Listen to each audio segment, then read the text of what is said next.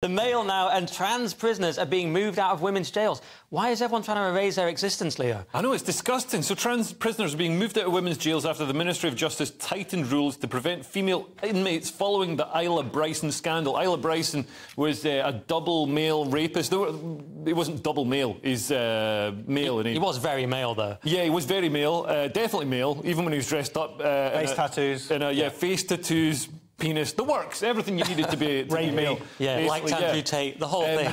so they're moving trans prisoners from female prisons to male prisons. I don't know why there's an obvious solution here. Just move them to male prisons that identify as female prisons. Good point. Then everybody's happy. Yeah.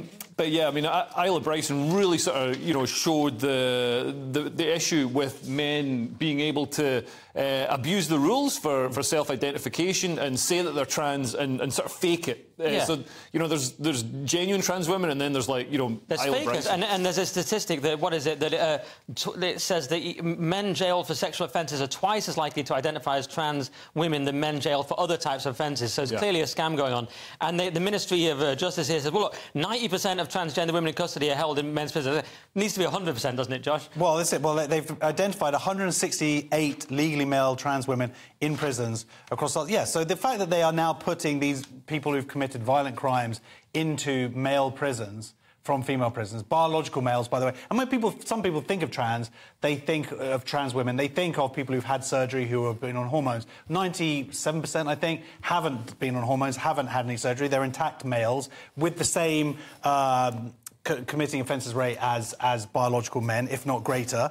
And so it's like the government are going, oh, well done. They expect a pat on the back for doing this, which...